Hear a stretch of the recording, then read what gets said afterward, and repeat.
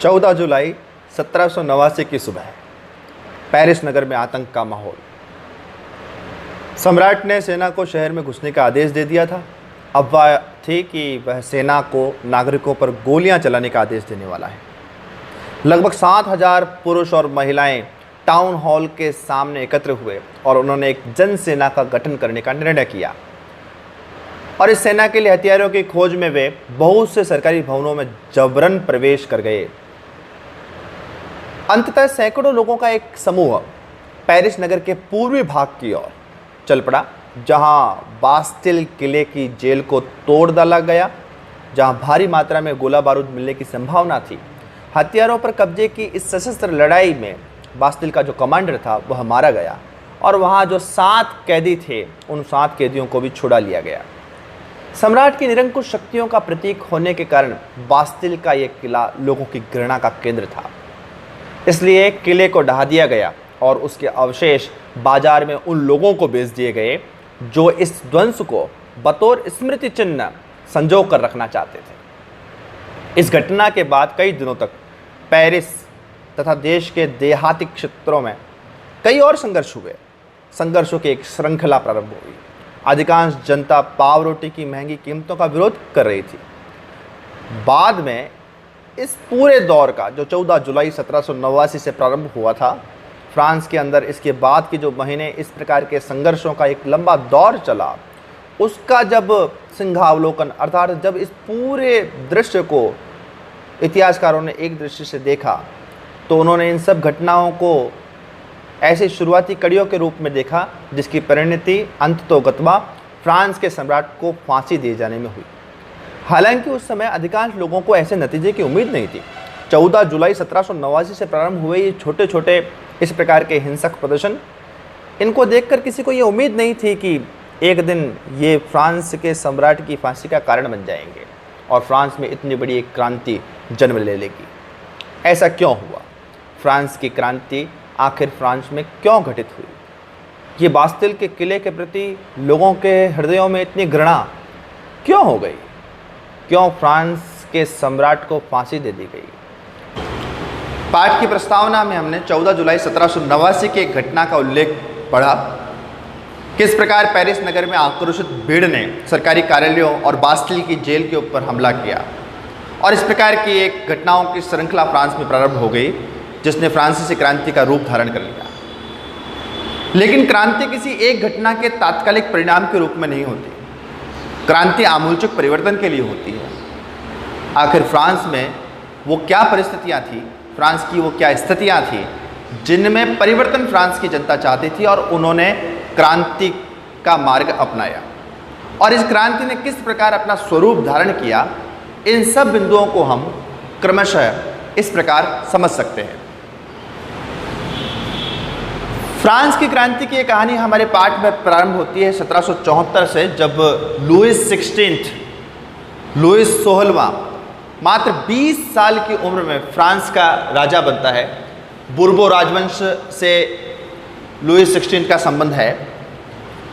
Lewis 16 का विवाह Austria की राजकुमारी मेरी एंटोइनेट के साथ होता है।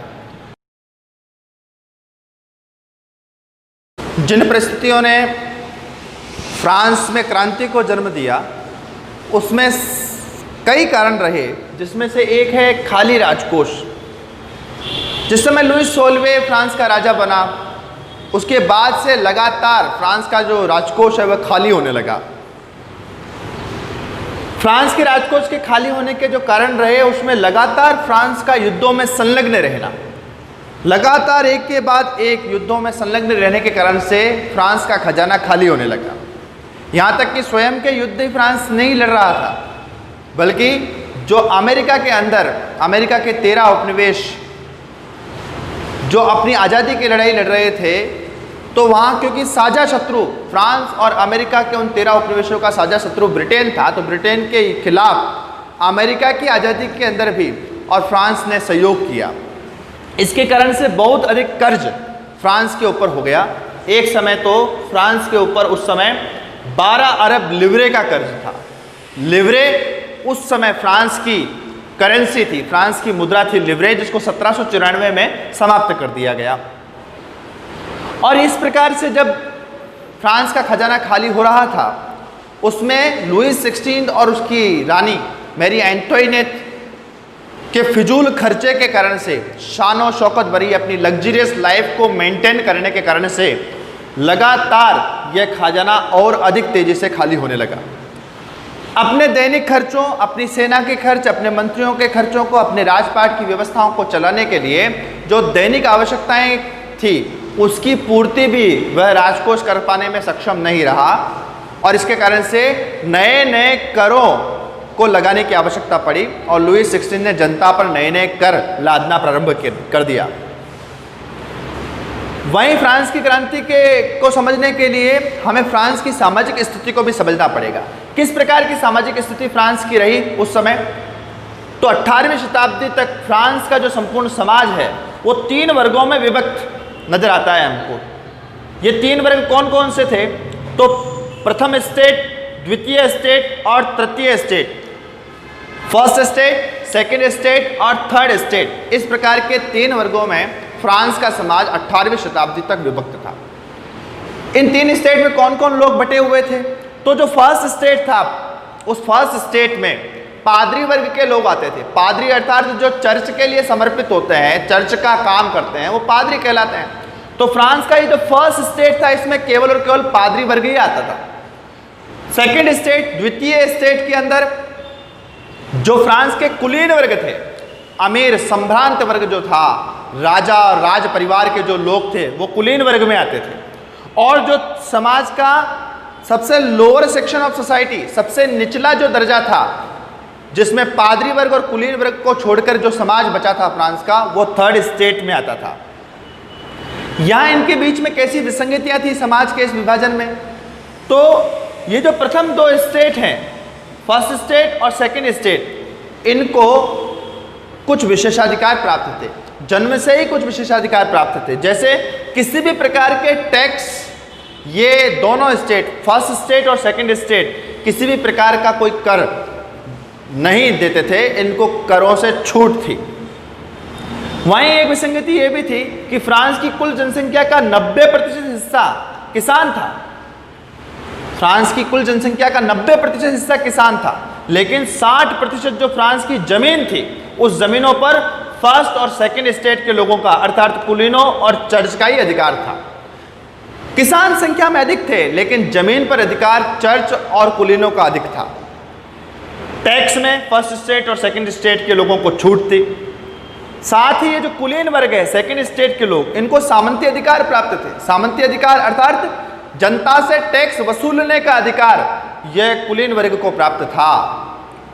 और कुलीन वर्ग उस जनता का अपने खुद के कामों में भी उपयोग किया करते थे, अपने घरेलू कामों में, अपने खेतों में, अपने उत्पादन में, सड़क बनाने में। इस प्रकार इस थर्ड स्टेट के मजदूरों का ये कुलीन वर्ग शोषण किया करता था।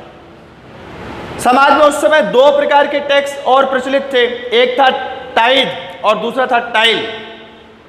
टाइड और टाइल, इसको प्रश्न के रूप में भी हमको तैयार कर लेना चाहिए। टाइड और टाइल में क्या अंतर है? तो ये दोनों ही टैक्स थे। जो टाइड नाम का टैक्स था, ये टाइड चर्च द्वारा फ्रांस की जनता से वसूला जाने वाला कर था, टैक्स था। कितना टैक्स वसूलता था चर्च? तो किसानों की कुल उपज का 10वां भाग वह टाइड के रूप में, टाइड टैक्स के रूप में चर्च को दिया जाता था। साथ ही टाइल, यह राज्य द्वारा सीधा जनता से वसूला जाने वाला जो कर था, वो टाइल कहलाता था।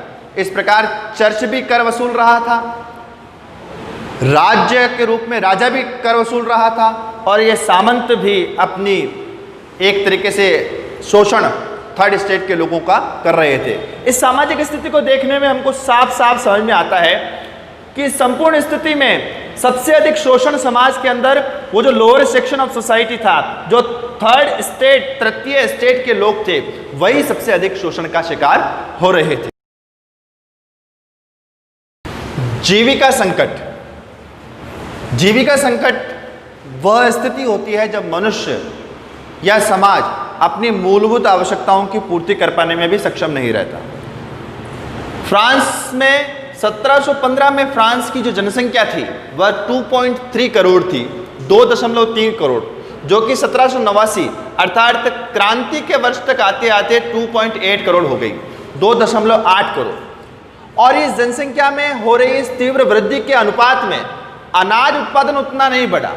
अनाज उत्पादन की तुलना में मांग बढ़ने लगी, और जब कभी भी किसी भी वस्तु के उत्पादन की तुलना में उसकी मांग बाजार में अधिक हो जाती है तो वहाँ कीमतों में वृद्धि होती है, महंगाई बढ़ती है। और ऐसा ही फ्रांस में भी हुआ।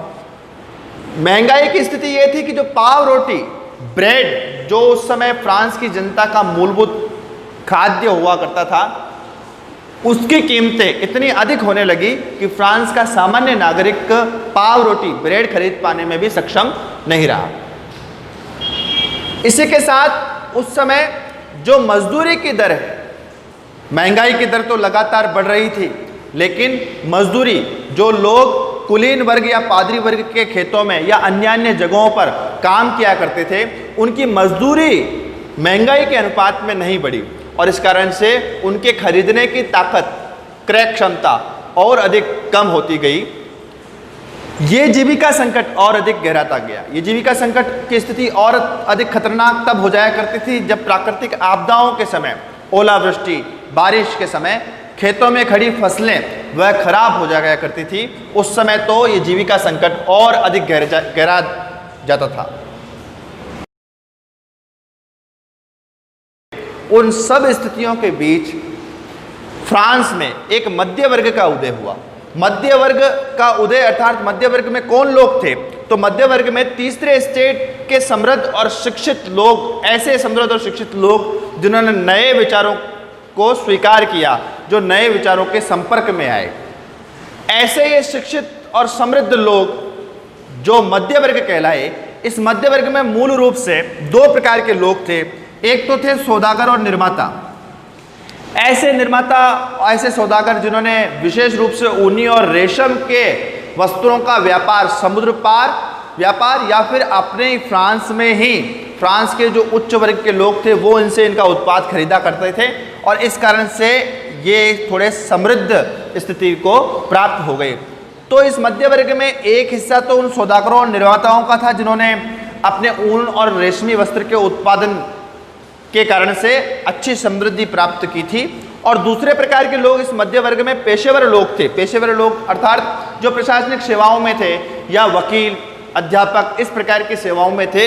ये पेशेवर लोग और ये सौदागर, निर्माता, ये सब लोग मध्य वर्ग के रूप में जाना जाने लगे, जिन्होंने अपने आप को समृद्ध किया, शिक्षित किया और नए विचारों पर चर्चा मंथन समाज में ये करते थे। इस मध्य वर्ग के अंदर कुछ बातें बिल्कुल क्लियर थी। एक तो जन्मना विशेषाधिकारों के ये आलोचक थे।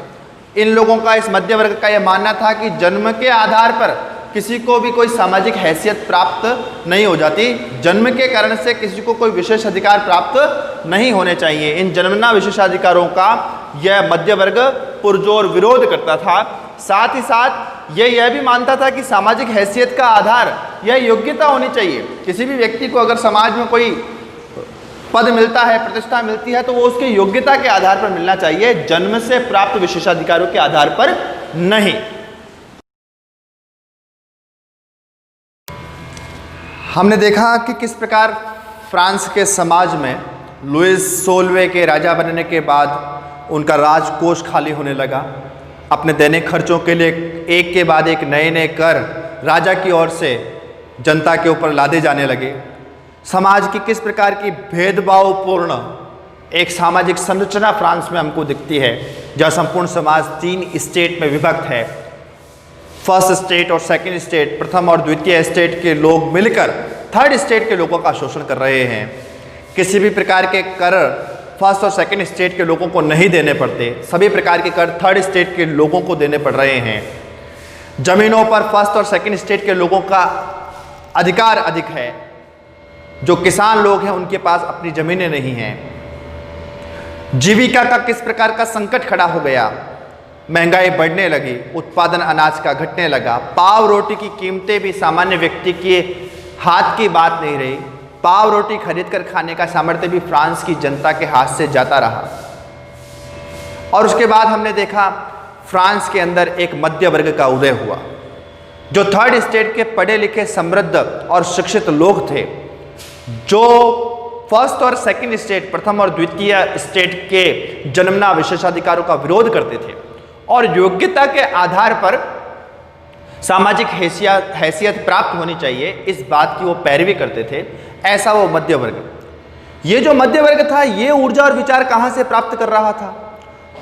तो यहाँ फ्रांस के अंदर कुछ दार्शनिकों और विचारकों का फ्रांस की क्रांति पर बहुत महत्वपूर्ण प्रभाव पड़ा, जिन्होंने विचार दिया, जिन्होंने दृष्टि दिया फ्रांस की जनता को।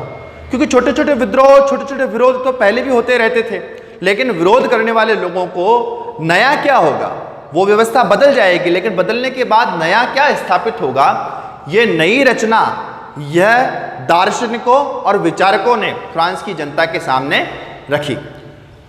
तो फ्रांस की क्रांति पर कुछ दार्शनिकों का और चिंतकों का विशेष रूप से प्रभाव रहा, और ये सबसे बड़ा प्रभाव तो यही रहा, इन दार्शनिकों और चिंतकों ने अपनी पुस्तकों, अपने विचारों के माध्यम से स्वतंत्रता और समानता के विचारों पर आधारित समाज की एक परिकल्पना, स्वतंत्र समाज और समान अधिकारों वाला समाज, जहां सबको समान अवसर प्राप्त होते हों, ऐसे समाज के निर्माण की परिकल्पना ये इन दार्शनिकों और चिंतकों ने फ्रांस की जनता के सम्मुख रखी।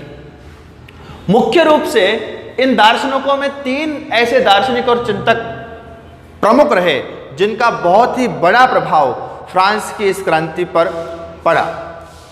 इन तीन प्रमुख दार्शनिकों में पहले हैं जॉन लॉक, दूसरे हैं रूसो और तीसरे हैं मॉन्टेस्क्यू। जॉन लॉक, रूसो और मॉन्टेस्क्यू ने अपनी अपनी पुस्तकें लिखी। उन पुस्तकों में जो विचार समाज के सामने वो लेकर आए, उन विचारों ने फ्रांस की क्रांति के बाद स्वतंत्रता और समानता पर आधारित फ्रांसीसी समाज कैसा होगा, उसकी परिकल्पना फ्रांस के लोगों को दी। जॉन लॉक ने अपनी पुस्तक लिखी टू ट्रीटीज ऑफ गवर्नमेंट। इसको प्रश्न के रूप से भी हम महत्वपूर्ण माने। जॉन लॉक की पुस्तक का नाम है टू ट्रीटीज ऑफ गवर्नमेंट। इस पुस्तक में टू ट्रीटाइजेस ऑफ गवर्नमेंट, इस पुस्तक में जॉन लॉक ने राजा के दैवीय और निरंकुश अधिकारों का खंडन किया। दैवीय और निरंकुश अधिकार अर्थात जो फ्रांस में माना जाता था कि राजा जो है वो तो देवता ही है, उसको दैवीय शक्तियां प्राप्त हैं, इसलिए राजा का विरोध सामान्य व्यक्ति नहीं कर सकता। ऐसे राजा को प्राप्त दैवीय अधिकारों का और उसके निरंकुश शासन का विरोध जॉन लॉक ने अपनी पुस्तक टू ट्रीटाइजेस ऑफ गवर्नमेंट में की। रूसो ने अपनी पुस्तक द सोशल कॉन्ट्रैक्ट, रूसो ने पुस्तक लिखी जिसका नाम था द सोशल कॉन्ट्रैक्ट। इस द सोशल कॉन्ट्रैक्ट पुस्तक में रूसो ने जनता और उसके प्रतिनिधियों के बीच एक सामाजिक अनुबंध, सोशल कॉन्ट्रैक्ट, जो कि उसकी पुस्तक का भी नाम था, इस पुस्तक के अंदर उसने बताया कि कैसे जनता और उसके प्रतिनिधियों के बीच में एक सामाजिक अनुबंध के द्वारा एक सरकार की स्थापना हो सकती है। तो एक सामाजिक अनुबंध के द्वारा जनता और उसके प्रतिनिधियों के बीच नई सरकार किस तरीके से बन सकती है, उसका एक प्रस्ताव अपनी एक पुस्तक द सोशल कॉन्ट्रैक्ट में रूसो ने समाज के सामने रखा। वहीं मॉन्टेस्क्यू ने, जो सरकार है, उस सरकार के अंदर सत्ता का विभाजन, शक्ति कभी भी किसी एक हाथ में केंद्रित नहीं रहनी चाहिए। शक्ति का जितना विभाजन होगा उतनी ही वह समाज के हित में होगी, और इसलिए मॉन्टेस्क्यू ने अपनी पुस्तक the spirit of law, the spirit of law, इस पुस्तक के अंदर सरकार में सत्ता का विभाजन, जो व्यवस्थापिका, कार्यपालिका और न्यायपालिका के रूप में कानून निर्माण करने वाली एक शक्ति होनी चाहिए, उसको इंप्लीमेंट करने वाली एक शक्ति होनी चाहिए, और उनका संरक्षण करने वाली एक तीसरी शक्ति होनी चाहिए। इस प्रकार सरकार को तीन भागों में बांटकर सत्ता का विभाजन करने की एक दिशा, करने का एक विचार मॉन्टेस्क्यू ने अपनी पुस्तक द स्पिरिट ऑफ लॉ में दिया। 1776 में जब अमेरिका स्वतंत्र हुआ ब्रिटेन के से, उस स्वतंत्रता के बाद अमेरिका में जिस प्रकार की सरकार की स्थापना हुई, उसने इसी प्रस्ताव के आधार पर इसी प्रकार की, इसी स्वरूप की एक सरकार अमेरिका में 1776 में स्थापित हुई। वास्तव में हम देखें तो फ्रांस के जितने भी चिंतक और दार्शनिक थे, इन चिंतकों की प्रेरणा का एक मुख्य स्रोत अमेरिका का संविधान था।